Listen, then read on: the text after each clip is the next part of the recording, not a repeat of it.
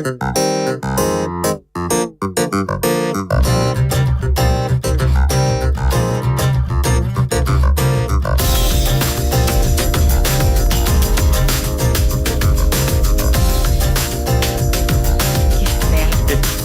gusta, bueno, pero nos vamos a ir acostumbrando. Estamos ya de vuelta en Política en Vivo. Hoy vamos a tener el gusto de compartir esta segunda parte de nuestro programa con el doctor en Ciencia Política, además sociólogo académico de la Facultad de Gobierno de nuestra Universidad de Chile, Rodrigo Medel. Rodrigo, mucho gusto de saludarte, muy buenas tardes, muy bienvenido y muchas gracias por aceptar esta conversación. Hola, buenas tardes, Yanna, Felipe, un gusto estar con ustedes. Bienvenida, Rodrigo. Bueno, ¿cómo no partir preguntándote tu apreciación acerca de el, no congelamiento, sino que ruptura de las tratativas para el traspaso de mando decretadas por la oficina del presidente electo?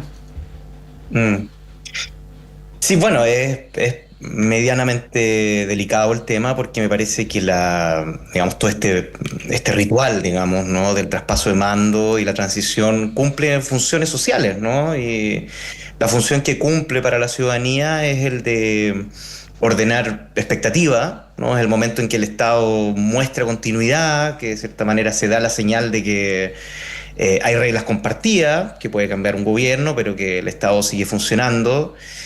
Y también digo, bueno, es medianamente delicado porque el contexto en el que ocurre es el de una desconfianza estructural, ¿no? Una desconfianza interpersonal por un lado, pero sobre todo una desconfianza hacia la política, ¿no? O sea, hay un porcentaje, digamos, grande de la población que mira a la política como un espacio donde algo se esconde, ¿no?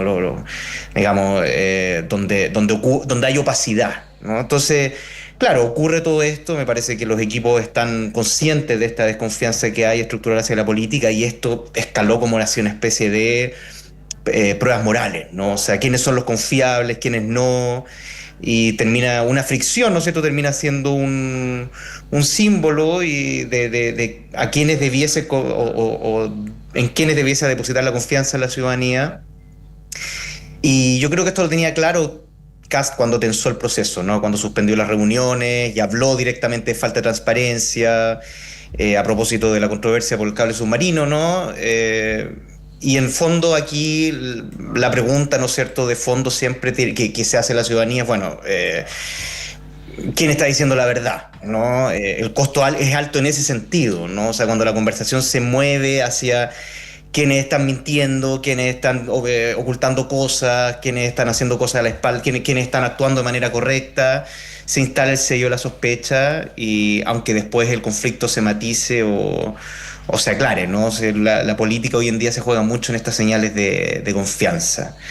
Y este conflicto revela sin duda que Chile está viviendo una disputa por la credibilidad como un recurso bastante escaso, me parece. Ahora, esto tiene costos políticos, como tú lo has dicho, o sea, agrava la desconfianza en la política, pero ¿piensas tú que se distribuyen equitativamente los costos para todos los sectores políticos? Pues, es que, bueno, hay un porcentaje importante de los votantes, ¿no? Que ahora, a ver, lo que se ha dicho, ¿no?, por lo menos desde el campo de la ciencia política, es que hoy en día la ciudadanía se divide en tres grandes sectores, ¿no? O sea, tenemos por un lado a la izquierda, ¿no?, a la derecha, que existen, estamos hablando de entre un 40, quizás un 50% de la población, algunos hablan de un 60% de la población, que vive en la izquierda y la derecha, incluso más allá de algo programático, ¿no? Acá estoy pensando en trabajos como los de mi colega Giancarlo Visconti, ¿no?, que hablan de que la política es una identidad, ¿no? O sea, yo me siento de izquierda, yo me siento de derecha, ese es mi grupo de pertenencia, y a eso yo voy a, digamos, mantenerme fiel y leal, independiente de incluso ciertos traspiés, y eso se ve, bueno, por lo menos en el 30% que ha apoyado Boric, se ve que esa identidad se ha mantenido bastante estable, ¿no? Pero hay un porcentaje, un tercer grupo, que incluso algunos pueden decir que es mayoritario, que es esto que hemos llamado el ciudadano retraído, ¿no? El ciudadano... este ciudadano que está lejos, ¿no?, de la política, que no confía en la política, que no votaba, que no se informaba sobre política y sobre todo que mantiene una distancia muy grande con los partidos, con los líderes y con la política institucional en general. Ese grupo yo creo que pasó a ser relevante, pasó a ser fundamental acá. Y ese grupo que donde prima la desconfianza, bueno, es finalmente quien yo me parece que en estos juegos, digamos, en estos juegos de credibilidad pueden ser determinantes, ¿no? Digamos, hacia quienes se inclinan este ciudadano retraído, este ciudadano despolitizado. Me parece que la apuesta, por supuesto, de José Antonio Cast, o así lo leo yo por lo menos, es instalar la idea de un desorden heredado, ¿no? O sea, aquí nosotros venimos a poner orden, nosotros venimos a hacer más eficiente todo, este gobierno venía funcionando mal, y toda esta desconfianza de estos ciudadanos hacia la política la pueden canalizar y la pueden orientar a este gobierno saliente, mientras que nosotros venimos acá con un aire nuevo, y de ahí también quizás simbólicamente podría ser cortar las tradiciones republicanas de la transición y buscar que el otro pague más, que digamos que el gobierno pague ese costo en mayor medida. Obviamente el gobierno está tratando de hacer control de daño y está buscando evitar esa sensación. Ahora, la pregunta apuntaba al costo de este episodio en particular, y en los actores específicos. O sea, Gabriel Boric y José Antonio Kast se juntan en la mañana, dura 20 minutos la reunión, Kast se va y Boric dice, él me exigió que me retractara, yo no lo voy a hacer, pero dieron por rotas las relaciones.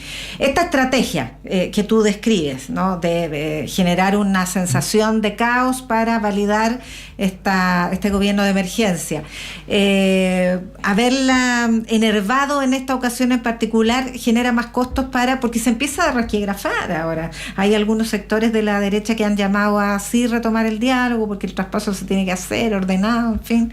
Entonces, ¿quién paga más costos? ¿La ciudadanía a quién le creerá más? Porque son dos presidentes, uno dice que el otro mintió, el otro dice que tiene desconfianza, efectivamente la mentira existió, pero la desconfianza también.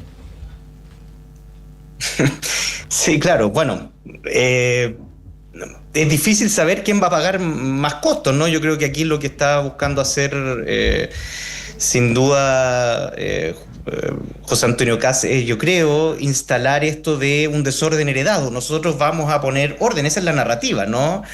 Y eso funciona como una llave política, porque busca transformar el inicio de su mandato en una escena de legitimación, ¿no? El gobierno se presenta como el que viene a enderezar la cosa, como el que, digamos, no va a aceptar más desorden, el que no va a aceptar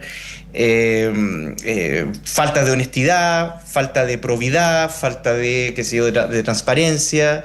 Es un mensaje, yo creo, que está buscando darle a la ciudadanía de orden, disciplina, relato nítido, y que lo que estaba, digamos, y producir estas señales claras en un contexto donde este porcentaje importante de la población que entró en política, que están desconfiados de la política en general, y que probablemente, eso es lo que también puede no estar sopesándose suficientemente, el costo lo estén pagando ambas partes por igual, ¿no? O sea, finalmente los ciudadanos retraídos, lo que nosotros hemos estudiado, es que no hacen tantas distinciones entre izquierda y derecha, sino que más bien ven a la política como un todo, como un bloque, ¿no? Donde me parece que la gran parte de lo que se puede estar pensando ahí a partir de todo este episodio es que, mira, de nuevo aquí se ve que hay opacidad, hay cosas que no se están, que digamos hay poca transparencia y no se sabe bien a quién creerle tampoco, ¿no? La política como experiencia se vuelve más pesada, ¿no? Se vuelve más desagradable, me parece. Y por otro lado, en definitiva, da la impresión de que las personas pueden empezar a decir, mira, la política vive su vida, va por su cuenta, tiene sus códigos, tiene sus intereses, y nosotros tenemos que hacer de nuestra vida como podamos. Y la distancia en ese sentido se ahonda, y se abriría, de acuerdo a si eso fuese así, espacio a quienes hoy día no son ni de uno ni de otro, digamos, y que están ahí a la expectativa para tener su oportunidad.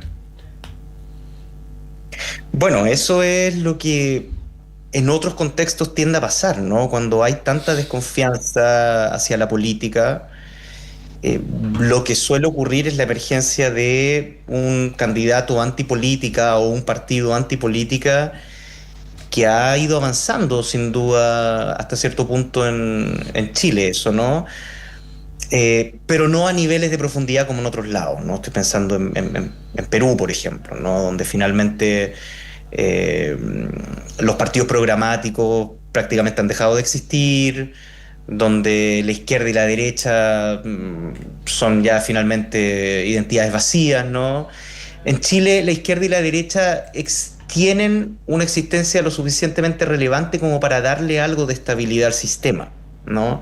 Lo que pasa es que quien está decidiendo las elecciones, quien está inclinando la balanza, en este momento no son ni la izquierda ni la derecha, ¿no? Son esta mayoría de la población votante ahora, que antes no votaba, lo que explica en gran parte también los episodios anómalos y atípicos que hemos vivido en términos de política electoral los últimos 6, 7 años, ¿no? Y muchos lo interpretan como, digamos, como una volatilidad en preferencias ciudadanas o lo atribuyen mucho a cómo ha ido cambiando la oferta política, cuando en realidad lo que cambió aquí fundamentalmente, y aquí, digamos, muchos pueden no estar de acuerdo conmigo, digamos, pero me parece que aquí se subestima que cambió el electorado, ¿no?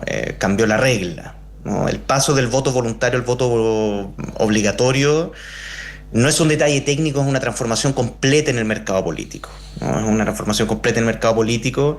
Y entonces de ahí, por supuesto, que el pensar quién puede estar pagando los costos no hay que leerlo exclusivamente respecto a las identidades de izquierda y de derecha, sino qué va a pasar con este ciudadano retraído, con este ciudadano que está obligado a votar, pero es una fuerza inmensa, ¿no? Antes quedaba fuera por decisión, por indiferencia, por distancia, pero que ahora entró a la política y está definiendo elecciones, ¿no? Ahora, en este contexto de desafección con un gobierno que de todas maneras genera altas expectativas, los gobiernos entrantes siempre son esperanzadores, tienen de ahí el concepto de la luna de miel, de hecho.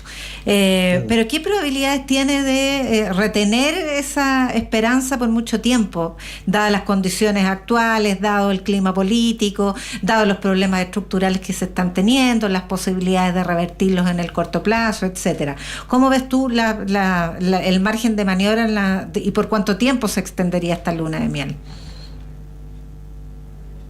Bueno, ahí está el punto duro, ¿no? De el orden prometido versus el orden producido, ¿no? Efectivamente se puede anunciar mucho, se puede mostrar despliegues, se pueden producir imágenes fuertes, pero si eso no tiene resultados sostenidos en territorio, eso dura cada vez menos, ¿no? 1 semana, 2 semanas, y después empieza, ¿no es cierto?, la cuenta de resultados, y las lunas de miel están siendo cada vez más breve. Entonces, para que el orden producido ocurra, se necesita capacidad real, sobre todo se necesita capacidad estatal, ¿no? Es decir, que muchas piezas funcionen para lo que está prometiendo el nuevo gobierno, digo, o sea, policía, fiscalía, tribunales, cárceles, municipios, gobiernos regionales, inteligencia, recursos.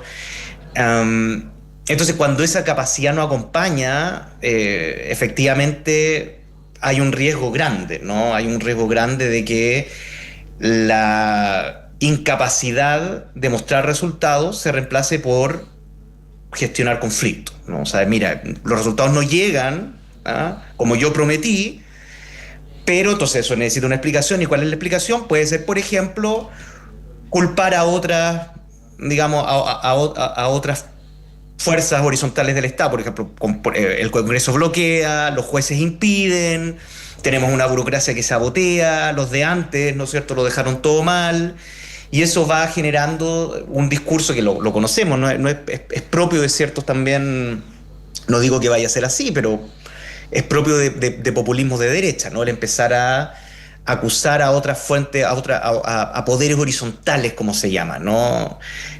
A otras fuerzas de poder dentro del Estado como los que están impidiendo la gobernabilidad, ¿no? Entonces, finalmente ahí hay un dilema que se ha estudiado harto en mi área, ¿no? Y es cómo muchas veces el mismo populismo, ¿no es cierto?, de gobiernos de derecha, esto de ir culpando a otros poderes horizontales del Estado termina mermando aún más incluso la capacidad estatal, ¿no? O sea, yo culpo a las burocracias por ser ineficaces, por ende desarmo, genero despidos masivos, quito programas, ¿no? Y finalmente el resultado es que la capacidad estatal que yo necesito para hacer un programa efectivo, termino mermándola aún más, ¿no? Sí, por este sistema de empezar a culpar a otros por la incapacidad que tengo de generar resultados, ¿no? De generar resultados. Entonces está ese riesgo que a mí me preocupa, ¿no? O sea, se ha prometido tanto y las expectativas son tan altas que cuando la luna de miel se acabe y no se vean resultados, entonces empezamos a repartir culpas hacia otros poderes horizontales del Estado. Es la burocracia del Congreso, son los jueces, etcétera. Ahora, Kast ha tenido como un actuar donde ha mostrado varias caras en el último tiempo, ¿no? Un Kast candidato que era muy agresivo, en fin, como lo sé. Luego un Kast entre la primera y la segunda vuelta que empieza a ser mucho más sereno. Un Kast una vez que gana la segunda vuelta que bordea la conciliación, digamos, hacen un discurso bien latero, fue el que hizo el día en que ganó, pero era un discurso sereno, de mucha calma, etcétera. Mantiene ese tono un rato y ahora vuelve el Kast agresivo, duro, que promete auditorías el primer día, que crea fuerza de tarea, que es un término más bien militar, ¿no? La fuerza de tarea para una auditoría del gobierno anterior. Entonces, da la impresión de que el camino que se va a recorrer tiene que ver más bien con lo que tú estás exponiendo, Rodrigo, de un gobierno que va a repartir culpas más que... Porque evidentemente las promesas en migración, llene delincuencia o en crimen organizado son incumplibles. Nadie las puede cumplir. Por lo tanto va a tener que a lo mejor recorrer ese camino al que nadie quiere finalmente. Sí, yo creo que efectivamente se acerca el momento de asumir el gobierno y yo creo que está creciendo la ansiedad. Se ve que efectivamente aquí las lunas de miel duran poco, los electorados son volátiles, la base dura que tiene de derecha y que existe, ¿no? Así como existe una base, digamos, un tercio de izquierda, va a estar con él probablemente... Y no lo va a abandonar, como si abandonó a Piñera, digamos, en su momento, justamente porque Piñera se fue corriendo hacia el centro. Yo no creo que ese vaya a ser el problema de José Antonio Kast. Yo creo que va a mantener efectivamente una base de apoyo, yo diría, cercana al 30%. Pero es muy probable que la luna de miel que dure muy poco. Él está anticipando que muchas de las cosas que prometió no van a haber resultados muy inmediatos y es como tú muy bien dices, ¿no? Esta lógica de empezar a repartir culpas hacia otros poderes del Estado, hacia otros actores políticos, parece que ya la está empezando a emplear ahora, ¿no? Antes de asumir con el gobierno saliente, ¿no? O sea, aquí nos están heredando una situación, digamos, de desorden, de poca transparencia, de problemas con cuentas fiscales. Hay un montón de burócratas apitutados, las leyes de amarre, ¿sí? Entonces, me parece que como que cada semana, ¿no? Está poniéndole más culpas al gobierno saliente para, de cierta forma, también ya empezar a aliviar un poco la carga de eventualmente promesas incumplidas si es que llegase a ser el caso, digamos, ¿no? Rodrigo, este viernes hay un cónclave para definir el futuro del progresismo, o para empezar a proyectarse como futura oposición, además. ¿Cuál es el estado del arte en ese sector de la política chilena? Bueno, lo mencioné hace un rato, ¿no? Me parece que efectivamente hay un desafío de llegar al ciudadano que no estaba presente antes con el voto voluntario, ¿no? Un ciudadano con baja confianza institucional. Esto se ha estudiado muchísimo, ¿no? O sea, estamos hablando... Por lo menos los que respondían a encuestas, ¿no? Era cerca de un 25% de la población que sistemáticamente mostraba bajo interés por la política, baja confianza institucional, persistente sensación de que la política no cambia su vida, no votaba, era un no votante estructural, ¿no? Es decir, que era muy probablemente se trataba de votantes que no, o ciudadanos que no habían votado nunca en su vida, ¿no? Que entraron a la política, ¿no? Antes se podían quedar afuera sin costo, ¿no? Ahora entran a la política. Y yo creo que ese sector es fundamental, porque yo no creo que, como algunos señalan, que la izquierda haya perdido, ¿no? Así como sus bases electorales, algo así como que algo pasó estos últimos años, ¿no? Que llegaba a cierta población y ya no llega. No, yo creo que sigue llegando a la misma población. El problema es que esa población ya no es suficiente, ¿no? Lo era probablemente cuando votaba el 40, el 50% de la población. Hoy no lo es, ¿no? Entonces, el desafío para la izquierda, me parece el desafío estratégico, es aprender a llegar a estos nuevos votantes, ¿no? Por supuesto, sin caricaturizarlos, sin culparlos, ¿no? Entender su distancia con la política, que si bien, bueno, pueden tener ignorancia respecto a sofisticación o información política, pero no es una ignorancia moral, ¿no? O sea, muchas de esta experiencia de distancia con la política está basado en experiencias acumuladas, en experiencias cotidianas, ¿no? Y ver la forma, yo creo, también de ir reconstruyendo, o de generar, más que reconstruir, de generar confianza, ¿no? Con resultados, con presencia, ¿no? Un electorado ahora amplio, la credibilidad me parece que ya no se va a ganar por la vía de identidades partidarias, ¿no? Con un poco quienes vienen de esas tradiciones, mi abuelo era de izquierda, mi papá era de izquierda, yo soy de izquierda, sino más bien con coherencia entre promesa y ejecución, ¿no? A partir de experiencias cotidianas. Y yo creo que ese es el principal desafío para la izquierda, ¿no? El saber que con la identidad partidaria ya no basta. Es un sector de la ciudadanía que no vas a llegar con tu sello simplemente por ser de izquierda, por convencerlos desde el mundo de las ideas, sino más bien desde la ejecución. Estamos hablando del sector que yo creo que es el mayoritario y que hoy en día está altamente inclinado, eso muestran los datos, hacia salidas más bien populistas y muy cortoplacistas, ¿no? Entonces, hay ahí el principal desafío, yo creo, de todo el bloque de centro-izquierda. Quizás también, si me acuerdo, también quizás de la derecha, pero eso ya es... Te iba a preguntar, nos quedan un par de minutos nada más, Rodrigo.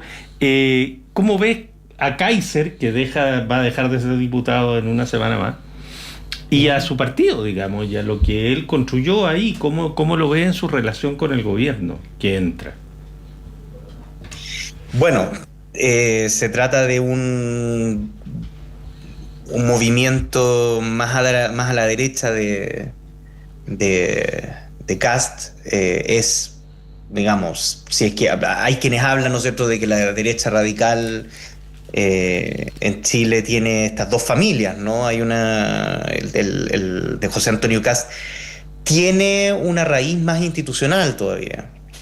Viene de la UDI, se escindió de la UDI. Kaiser, en el fondo, viene de afuera. Es más puro, digamos, es una figura más pura de populismo de derecha radical. Y el electorado al cual él está apelando, ¿no? Es un electorado que yo creo que, bueno, existe, no es menor, ya lo vimos en las elecciones pasadas, que tiene como principal característica que tiene un rechazo visceral por la izquierda, ¿no? Tiene un rechazo, digamos, detesta la izquierda ideológica, y eso es lo que ha buscado movilizar, y es un sector que además está todavía muy afectado por lo que fue el trauma de estos 3 años, ¿no?, entre el estallido y el cierre del proceso constituyente,